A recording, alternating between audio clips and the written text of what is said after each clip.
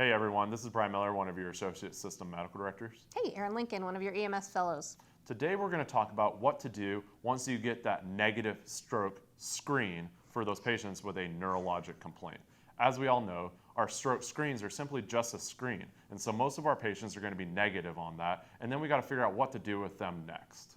So today we're going to walk you through a more detailed neurologic exam, like you might see one of the docs doing at the hospital, that you can use on your patients who have headaches or dizziness, maybe even low back pain, just to get a better handle on what's going on with them today. So this exam is to establish red flags and to find things that elevate the risk of a patient's condition, to make them more higher on that emergent diagnoses list than something more benign or less life-threatening, such as, a simple headache.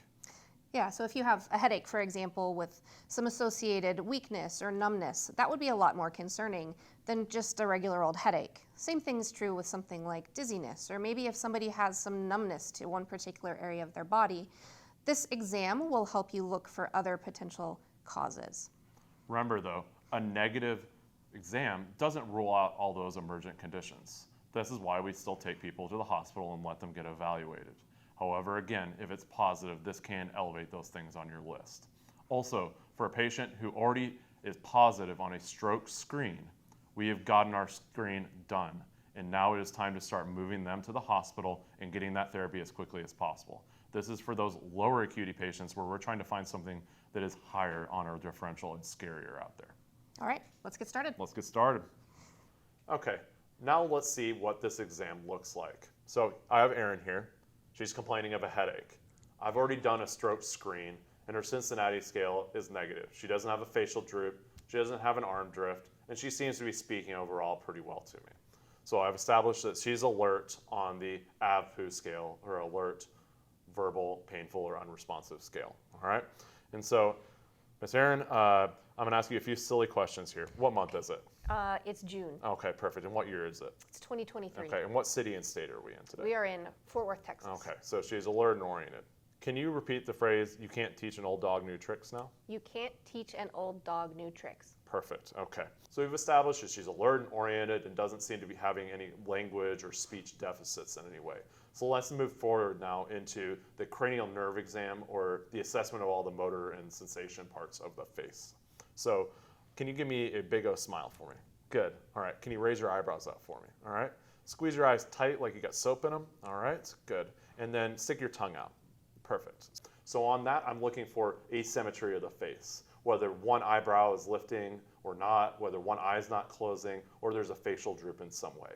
For the tongue protrusion, that's essentially looking for some specific parts of the brain, and if it's deviating to one side, that can be an indicator of some problem with the brain, particularly on the side that the tongue is deviating from.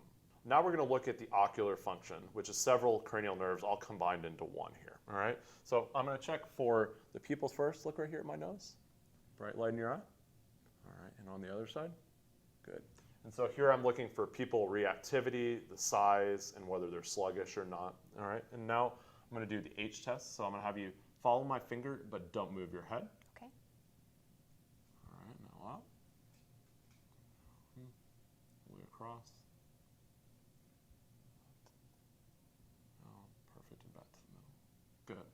All right, so on this exam, I'm looking for a couple different things. One of them is that I see that the eyes are following the cardinal motions, that they're going up, down, left, and right appropriately as I follow with my finger here. The other portion of this is I'm looking for nystagmus. So as I'm moving the eyes in the horizontal frame, that I'm looking to see if they're jittering back and forth as we're doing this, especially at the extremes. And then the same thing with vertical motion. I'm looking for vertical nystagmus. Some of those things can be indicators of the back of the brain type problems right here. Next, we're going to move on to our motor exam of all the extremities. So first, can you scrunch your shoulders up? All right, don't let me push them down. Good. All right. Can you put your palms out to the sky like this for me? All right, hold them up for 10 seconds. 10, 9, 8, 7, 6, 5, 4, 3, 2, 1. All right, you can relax. Okay. Now can you stick your leg out for me? Hold it out for 5 seconds. 1, 2, 3, 4, 5. All right, other side. 5, 4, 3, 2, 1. Next, we'll evaluate for the sensory function of the face and all the extremities. So You feel me on both sides here? Yep. Yeah, here? Yep. Here? Yep. Here? Feel me all throughout there, Yep. equal and the same? All Yeah. right, and you feel me down here? Yes. Equal and the same as well. Yes. Perfect, all right. The final part of the exam is the cerebellar assessment. So this is testing all the back of the brain, balance and coordination type of stuff, all right? So first we're gonna do the finger to nose. So take your finger, touch my finger, touch your nose, and go back and forth, all right? Keep going, and I'm gonna move it over here. Excellent. And then I'm gonna move it over here. Excellent. Can you do it with the other side now? All right, keep My going. arms are too short, friend. All right, the next part is I'm gonna have you take your heel, and I want you to drag it and scratch that front bone right there from your knee all the way to your ankle right there. All right, and so this is testing coordination again. Can you swap sides now? Excellent. Okay, good.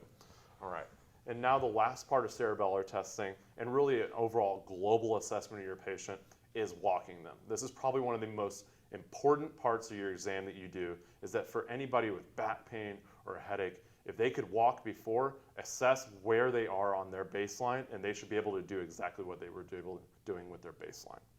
All right, Miss Lincoln, I'm gonna have you walk over to my stretcher now. Are you feel like you're stable walking? Yeah, absolutely. Okay, all right, I'm gonna just be right here just in case. Can you stand okay. for me? Yeah. All right, and then walk right over there for me.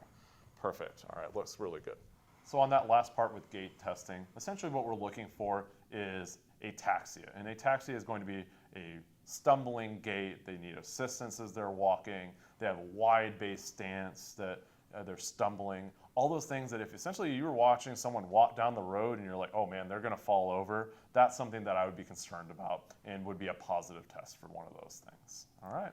Absolutely. Well, thanks for demonstrating that. I think this was a good overview type exam to help the medics do a better job of assessing their neuro patients. Yeah, so we're not trying to make you neurologists today. What I'm really trying to do is just get a quick exam that we can complete in under 2 minutes on our patients with a neuro complaint and identify those red flags as we talked about before. So we hope this is another tool in your tool belt for assessing your patients. As always, thanks for your attention today, and take care and be safe, everybody.